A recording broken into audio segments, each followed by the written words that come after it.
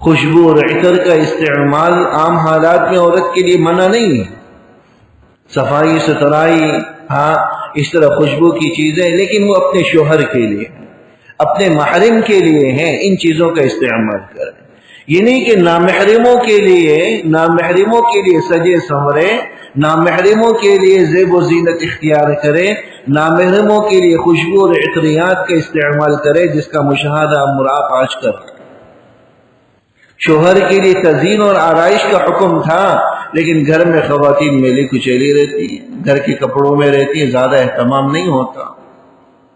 لیکن جب کسی فنکشن میں جانے کا وقت، کسی تقریب میں جانے کا وقت ہے، کوئی نکاح کا موقع ہے، کوئی اور مجلس ہے، گھنٹوں بن سمر کر جائیں گے۔ حالانکہ حدیث کے اندر آیا تھا کہ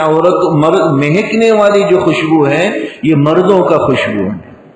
اور عورتوں کی جو خوشبو ہے وہ رنگ ہے، مہندی کی شکل میں، یہ خواتین کا خوشبو ہے۔ تو وہ مہندی استعمال کریں اپنے لیے، اپنے ہاتھوں کے لیے، پیروں کے لیے، لیکن یہ بھی تزئین شوہروں کے لیے ہو، محرموں کے لیے ہو، نامحرموں کے لیے نہ ہو۔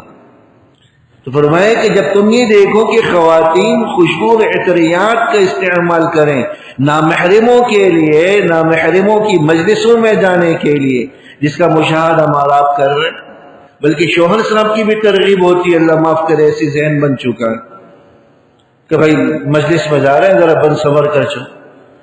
کپڑوں کا اہتمام کرو، اچھے لباس کا اہتمام کرو، میک اپ کرو، یہ زینت کرو، وہ زینت کرو، بننے سنورنے کی ترغیب شوہر کی طرف سے دی جا رہی ہے۔